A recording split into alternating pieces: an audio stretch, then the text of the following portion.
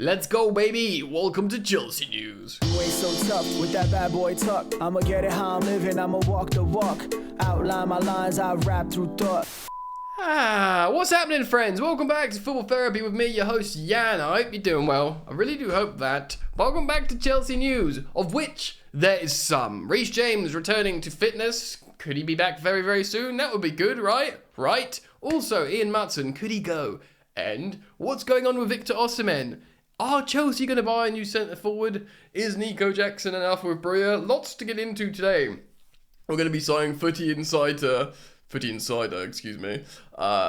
Telegraph, the Mail Online, lots of stuff we're going to cite. So thanks for joining me, friends. Thank you for your continued support of the channel.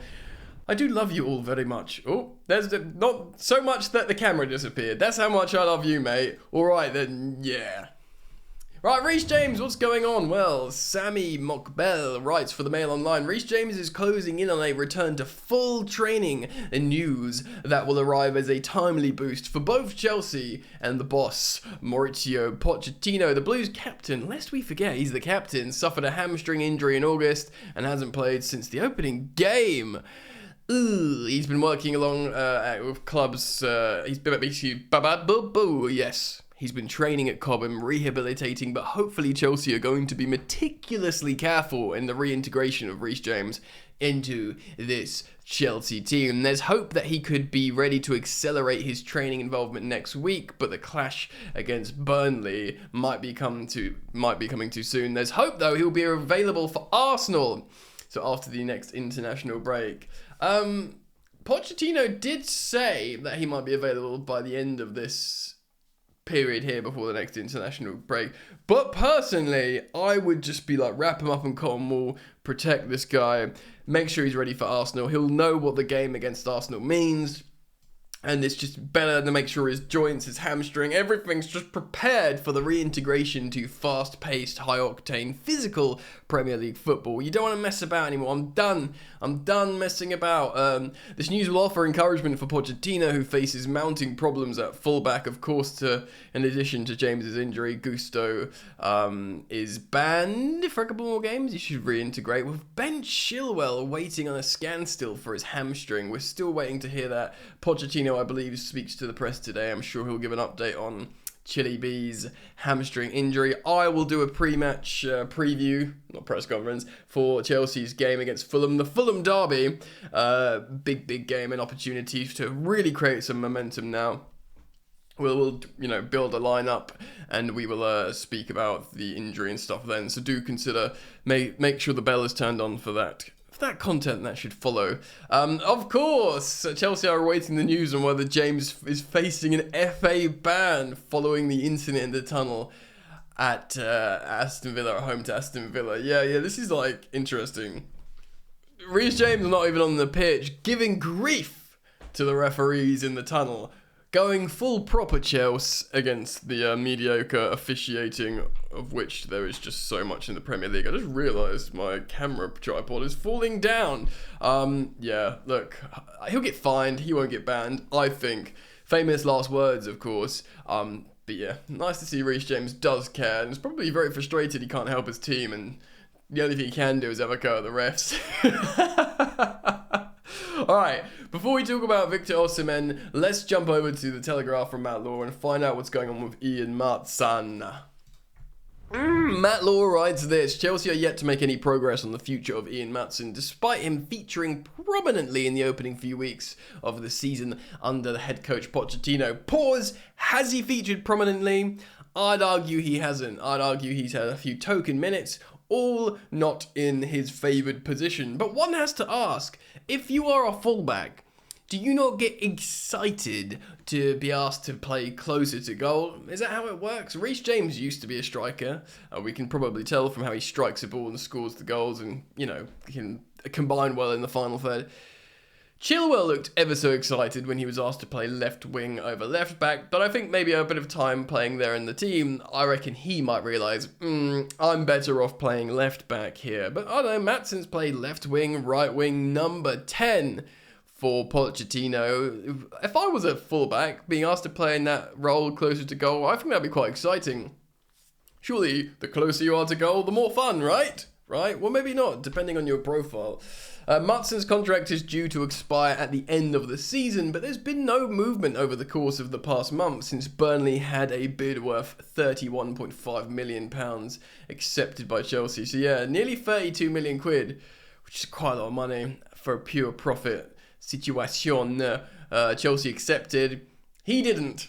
Chelsea made 2 contract offers to the Dutchman prior to Burnley's bid, one which claimed to have been worth more than what the player could have earned by moving to Turf Moor permanently.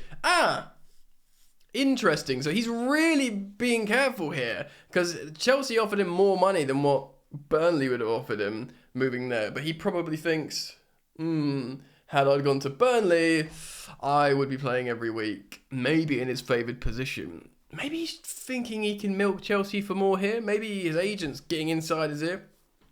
Should there be no significant progress on this future in January, then Chelsea are likely to be forced into listening to offers for Maatsen again in the next transfer window.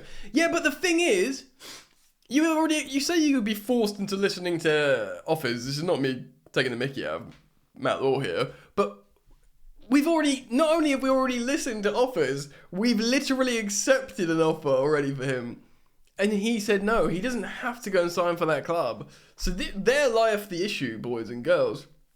Of course, he made his second start of the season in the Carabao Cup third round victory over Brighton, and maybe more important over the next games, of course, with Gusto, Ban, Reece James and Chilwell injured. Maatsen has started both Chelsea's Carabao Cup games, with the club now looking forward to the fourth round date against Blackburn Rovers. Yeah, pretty positive. And has appeared off the substitute bench on 4 occasions. Alright, that is quite a few appearances then.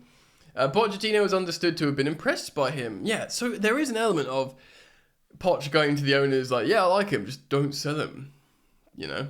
But then again, they just don't want any player in less than 2 years of contract, which is great in theory, protecting your assets, but in practice, after amount of time, it's just not going to be possible to have every single player on over 2 years. It's fanciful, mate. James is aiming to step up his training program. Of course, he talks about his ban and stuff. This also goes on about Cucurella. Stuff that we've already discussed recently. No, mate.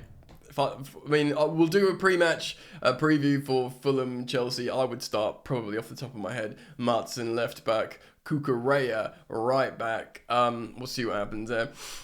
What do you think, guys? What do you think about the Ian Maatsen situation? Do you reckon he's trying to milk Chelsea for money? You know, do you reckon he wants to know about minutes? There was huge stories that Levi wasn't going to sign until he got guaranteed minutes.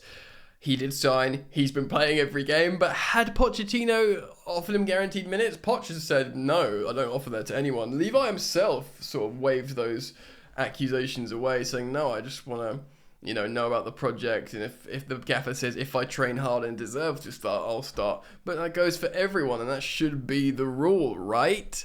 So it's very interesting there. Look, Maatsen is a good player. He's clearly a very useful player. I do worry that he's becoming like the utility man. I was hoping that, how we've all been so impressed with Malo Gusto this season, obviously starting so many games and just looking like a good right back. Finally, we've just got this solid, dynamic, young, fast, up and down replacement for Reece James in his absence, of which there's quite a lot of absence, by the way, for Reece James.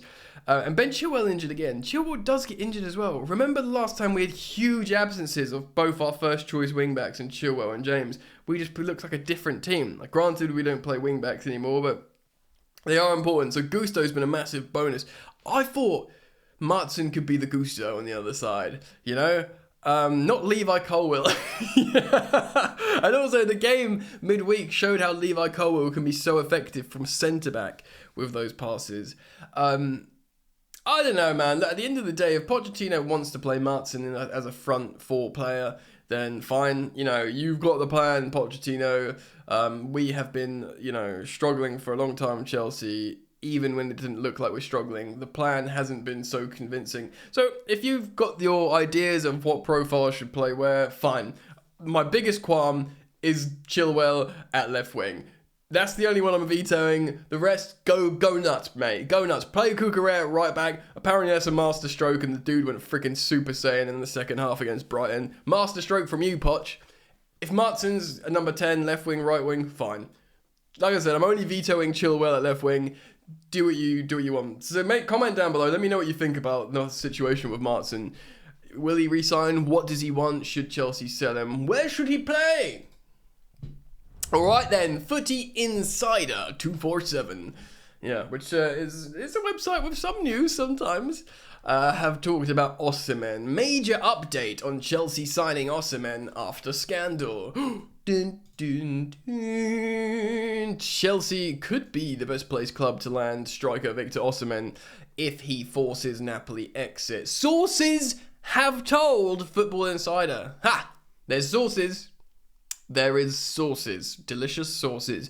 The possibility of the 24-year-old leaving Naples has... And by the way, 24 means he's under 25, right? Which means... Oh, let me check notes. Yep, that's right. He qualifies for Project 2030.